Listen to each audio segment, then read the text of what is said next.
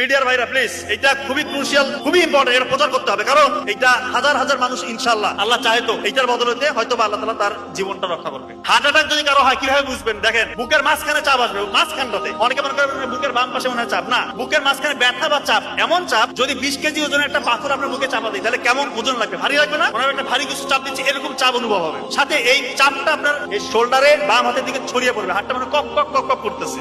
আপনার ওই সময় ঘাম ছুটবে, সাথে শ্বাসকষ্ট হবে এবং আপনার বই ভাব আসতে পারে এবং মৃত্যুর ভয়। এই কয়েকটা ফিচার যদি আপনার থাকে, আপনি কাল বিলম্ব করবেন না। যদি হাসপাতাল পাশে থাকে অবশ্যই হাসপাতাল নেবেন, কিন্তু অনেকের এরকম হয় যে হাসপাতালে একটু দূরে আছে। এই জন্য ওই WHO এবং আমেরিকান হার্ট ফাউন্ডেশন তারা বলছে প্রি হসপিটাল ম্যানেজমেন্ট বাসায় করতে পারবেন। খুব ইম্পর্টেন্ট, অ্যাসপিরিন, একটা ট্যাবলেট অ্যাসপিরিন 300 mg চিবিয়ে খেতে হবে।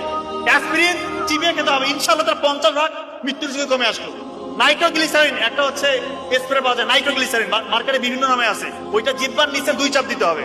আর একটা হচ্ছে অ্যাটোরভাস্টাটিন গ্রুপের যে কোনো একটা ওষুধ 40 mg খাইতে হবে। আল্লাহ চাহে তো তার মৃত্যুর ঝুঁকি ইনশাআল্লাহ আপনি 70-80% বাসার মধ্যে কমাই দিলেন, এরপর দ্রুত হাসপাতালে নিয়ে যেতে হবে।